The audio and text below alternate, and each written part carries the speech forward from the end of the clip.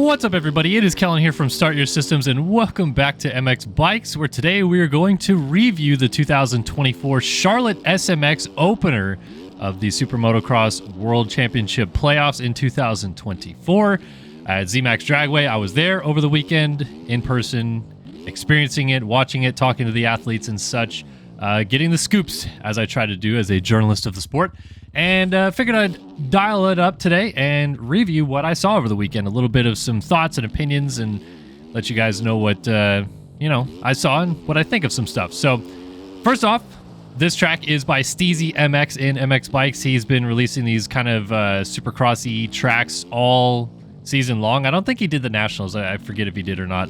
But he's doing all the supercrosses. They're honestly like kind of these just like slightly overscaled, gnarly versions of the tracks. So like when the ARL tracks come out, they're, in my opinion, much more realistic. But this isn't like that wildly far off, to be honest, from realistic. And where I feel like it's honestly nailed it perfectly is the rhythm section that we'll come upon halfway through the lap. But anyway, this is always really cool that he comes out with these, because it gives players in MX Bikes a chance to play the track usually before the race happens, because the ARL tracks come out a week after, because they spend the time to get it right based on what the track was like in real life.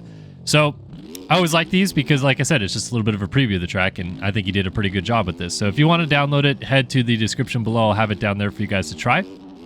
But that is the story with this. So anyway, Charlotte SMX kicks off the season. We got Jet Lawrence coming back.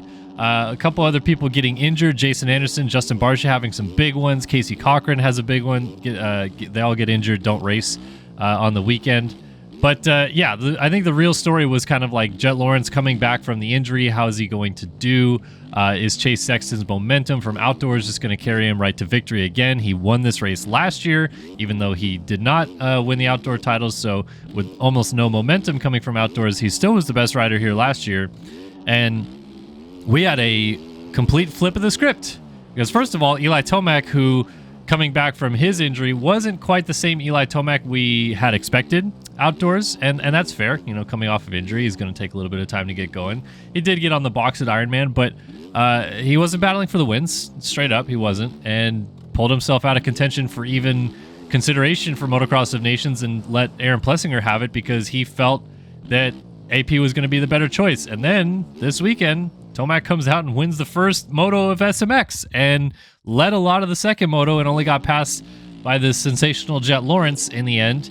So, yeah, Tomac is back. It took 4 weeks, really, because there was an off week, but 4 weeks, and we're back to Tomac being very good again. Now, I before the race even started, and hearing some of his thoughts in the press conference on Friday, I don't know, like I always kind of assumed that this format would suit Tomac maybe better than any other rider, because he's always been really good at speedway races, and this is obviously a speedway, as is Texas Motor Speedway and the finale at Vegas. They're all going to be kind of similar tracks, like Daytona, Atlanta Motor Speedway, Supercross tracks.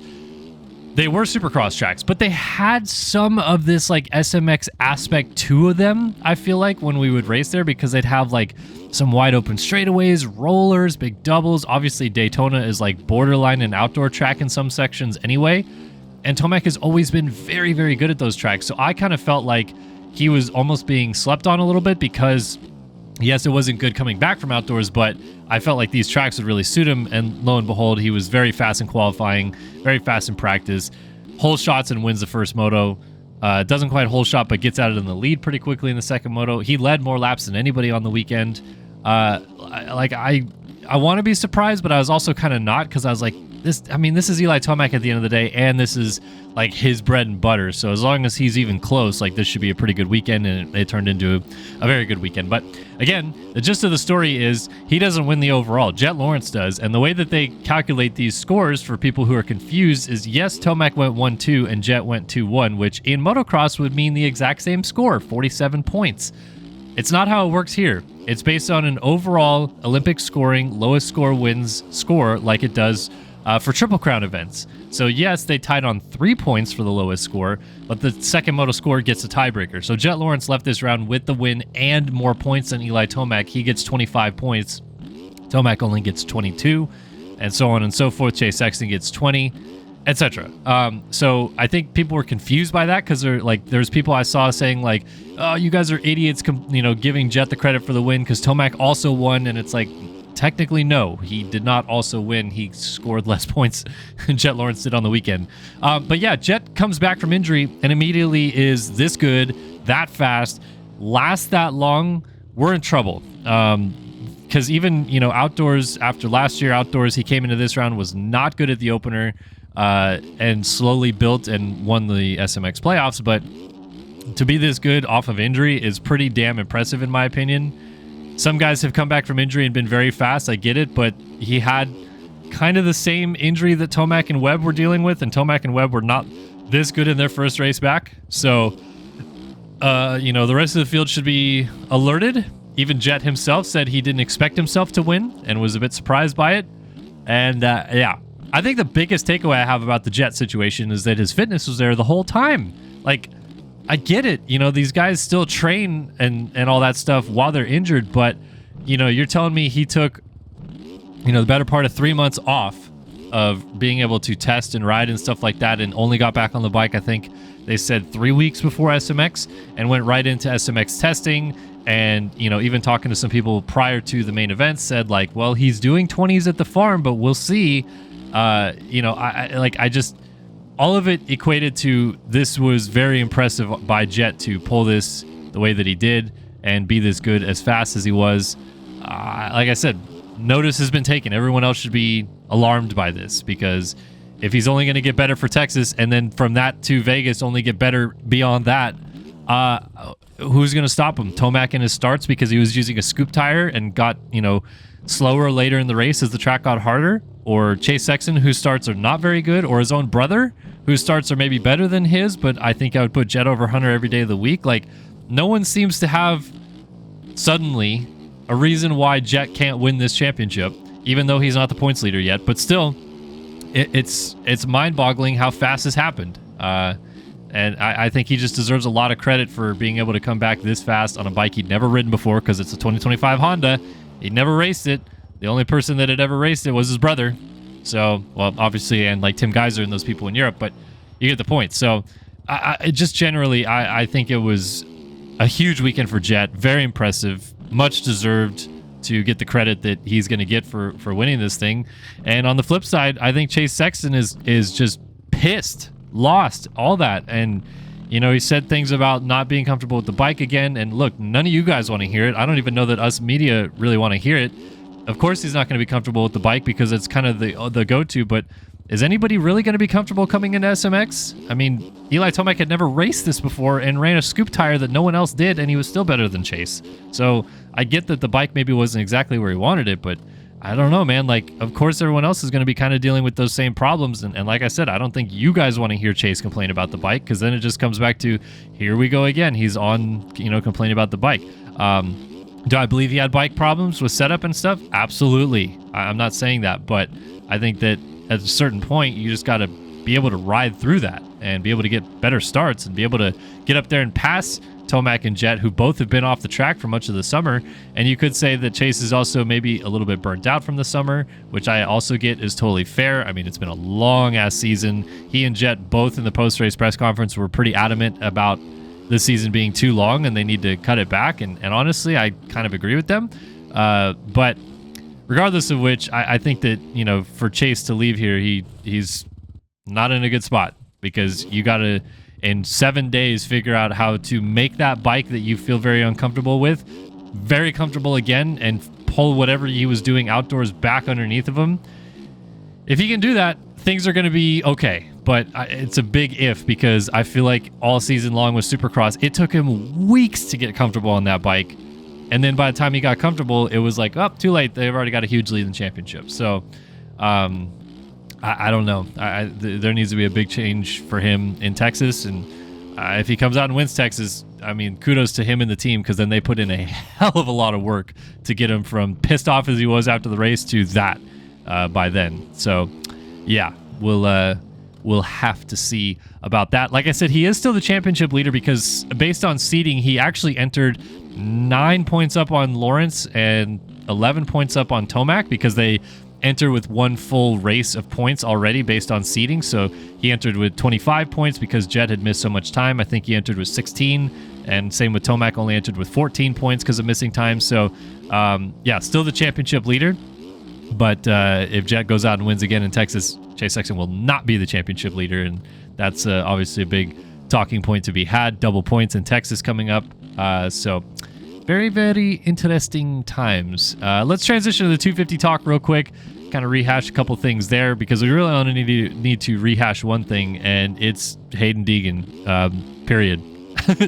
He is unbelievable, honestly. And you know, I don't know that people think I've given him enough credit. I've heard people say that I should be more on top of what Deegan's done. And believe me, I have been praising him like no other at the ability that he's had as a rookie and now as a second-year rider to not be fazed by anything, to battle through crashes and injuries and little things like that. Like, it's not really that big of a deal because most people his age certainly don't have that ability about them.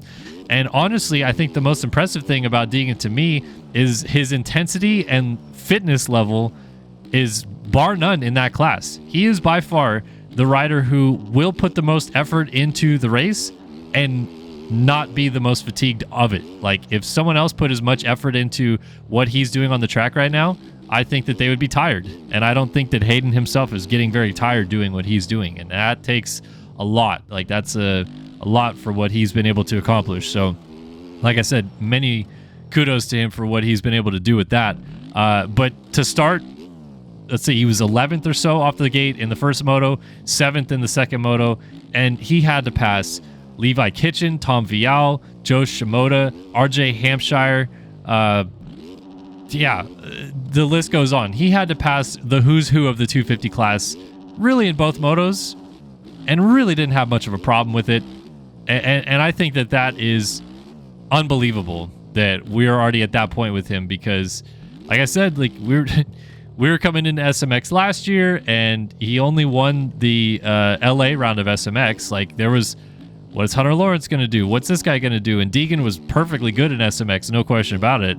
But until LA, I don't think he was really the standout. And then won LA and obviously won the championship because of the triple points and Hunter Lawrence not being on the track. But I don't know. Like, I don't feel like I fully expected like this level Hayden Deegan in SMX year 2.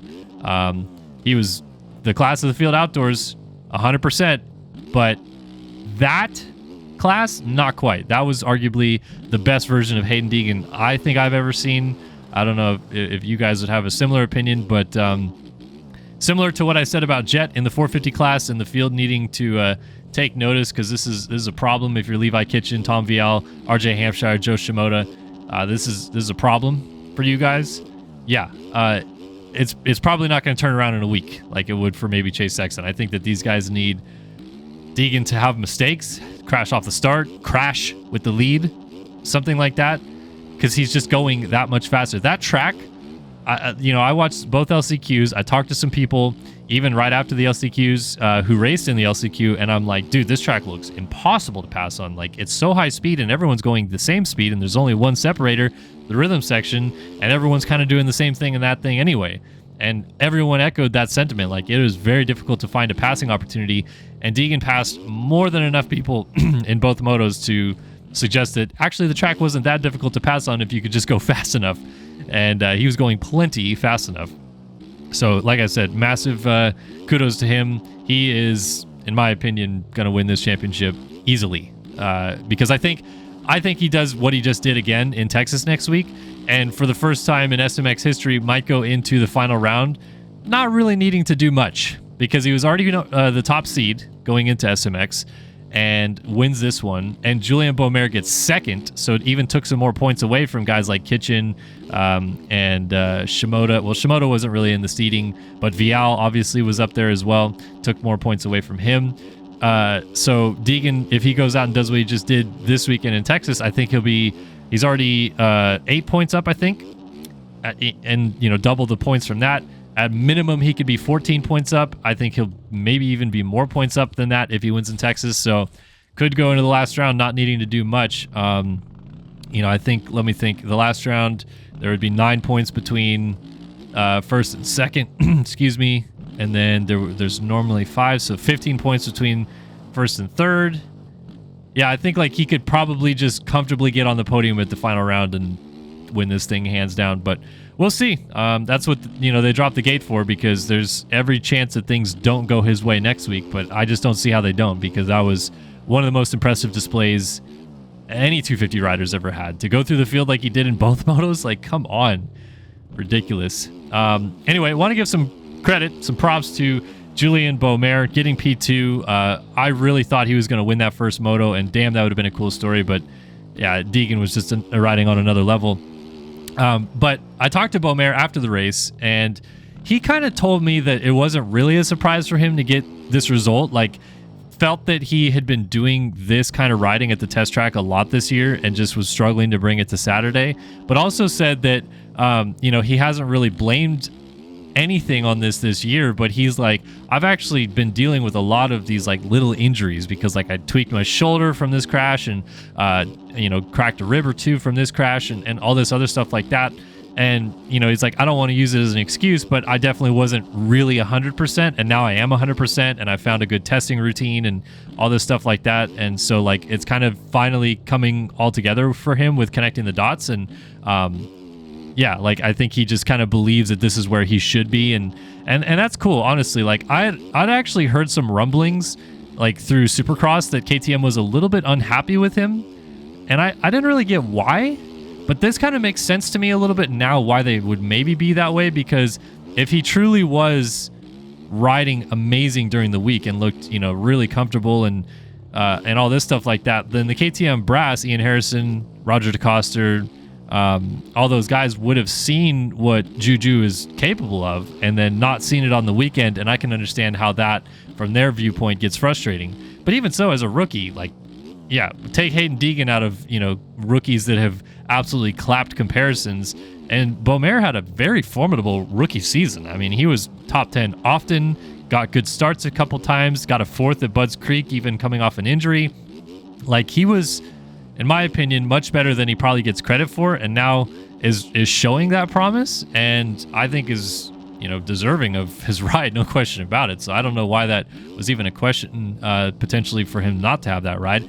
But regardless of which, it's just really cool to see him show that, because like I said, I think that we kind of all knew that he had the speed like this. I remember even watching him test in the off season before 2024, and he was so fast on the test track. Like watching him on the test tracks out here in California, I went a couple times, and riding at Fox Raceway and stuff like that.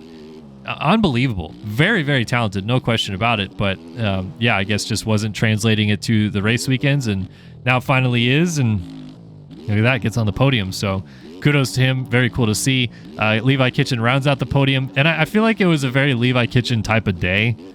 First moto kind of didn't get the best start, but also didn't really move that forward. Second moto gets a great start and then just hangs out up there, and yeah, Deegan got him, but I feel like as long as Kitchen starts nearer in the lead, like he's going to be there every single time, and that's pretty much exactly what the second moto proved. So yeah, I think for him it just needs to turn into a situation where he can get those starts a little bit more consistently, and then find just a little bit extra speed, and maybe he does have a shot at still contending for this win. But Deegan just, I don't know, reeled him in so fast and passed him so fast. Like I was watching from the press box, I was like, damn, like how does if you're Levi, that not just like completely wreck you mentally to have him do that to you, because it looked too easy, to be honest. So but either way, good ride for him. I thought Shimoda and Vial were actually not that bad, but not what Deegan was able to do. So like to me, everybody performed like as I kind of expected, except Deegan. Like Deegan kind of outkicked his coverage, in my opinion, because I thought Deegan would win. I just didn't think he would do it the way that he did, and the way that he did it was so impressive that I feel like yeah, a lot of people should be singing the praises of that. So yeah, anyway, that's kind of some of my thoughts and opinions from the weekend. Let me know what you guys thought about it, if you want me to bring anything else up. or discuss anything, happy to get down in the comment section below and chit chat with you guys about it. Will not be in Texas this weekend, not able to make it out to that one, but I will be back for the Vegas SMX finale to go to that and cover it. And I think I still, even not going to Texas, will have a little bit of a review show like I had here today to rehash some stuff, talk about some things, and yeah, just let you guys know what happened over the weekend, because in case you didn't get to see it, always fun to relive it and chat about it a little bit as well. So anyway, hopefully you guys enjoyed this one. As always, appreciate you stopping by and watching another video, and look forward to seeing you guys in the next one. So long for now.